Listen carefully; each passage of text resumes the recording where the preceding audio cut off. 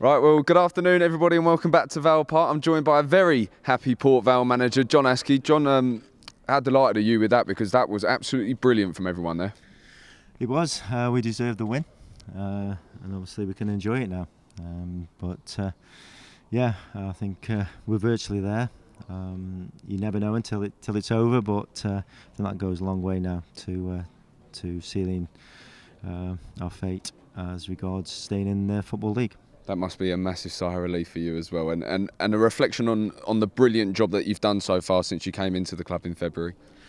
Well, after 4 games, then I'm starting to wonder.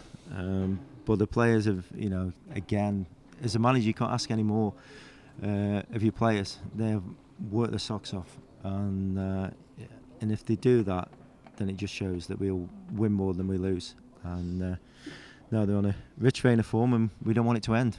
Just talking about those fitness levels there, it's well known that you're rather good mates with a person called Sir Alex Ferguson, who prided his team on their fitness levels. Is that something that maybe you've got a bit of advice from him? I did, yeah. It was something that he hit home about, that that fitness is a key. Even with great players, he said fitness is a key.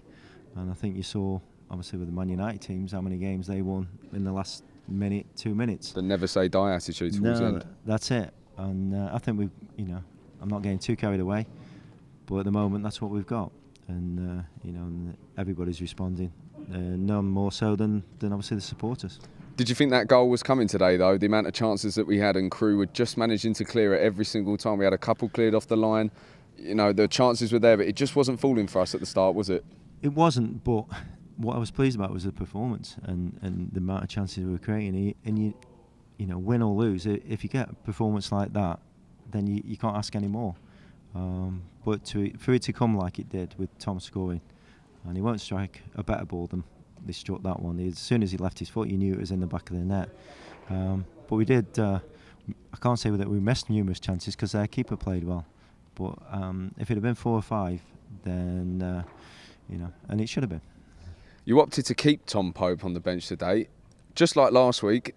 Only a couple of minutes on the pitch and he's had an impact straight away. And as you just said there, it's not a bad finish on his left peg, putting that in the top bins on the spin. No, maybe that's his position. Maybe if he'd been on the bench a few more times, he might have been reaching 200. I don't know what Pope is going to think about that. I'm sure he's got something to say about that. No, as I say, again, to have somebody like Tom to come on, it gives everybody a lift. He got the crowd going again and causes the opposition problems. But that shows that we're a little bit stronger now when we can afford to do that. And it couldn't have worked out any better. I want to ask you about specific players here and there, but I think it's unfair on the rest of the team because they put in such a good shift. The main players that spring to mind for me, the likes of Conlon, Monty, Wazza and Nathan Smith at the back, everyone's standing out today and going that extra mile for the team. Yeah, throughout the team, and it starts with the top with Ricky and working hard, and obviously the wide man, and that enables us to keep clean sheets. With such a young back four who had done tremendous again. So no, it's a great team effort, and full credit to every single player, even the one, obviously like Luke came on early and put in a real good shift. And despite having that knock midweek as well, he still came on and gave his all. That's it. He's had a problem with his hamstring, and he hasn't trained fully this week. But no, he put a real good shift in, and he could have had a couple of goals as well, Luke. Yeah. Can you just describe what the atmosphere is like in the changing room at the moment? I imagine it's on the high, to say the least.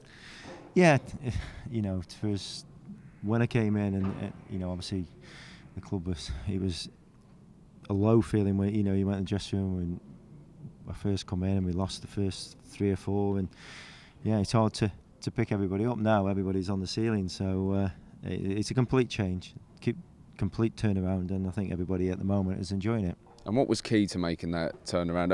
I know the obvious is getting wins, but picking people up confidence-wise is another thing that you've had to do as well, isn't it? And David Worrell is a shining example of that.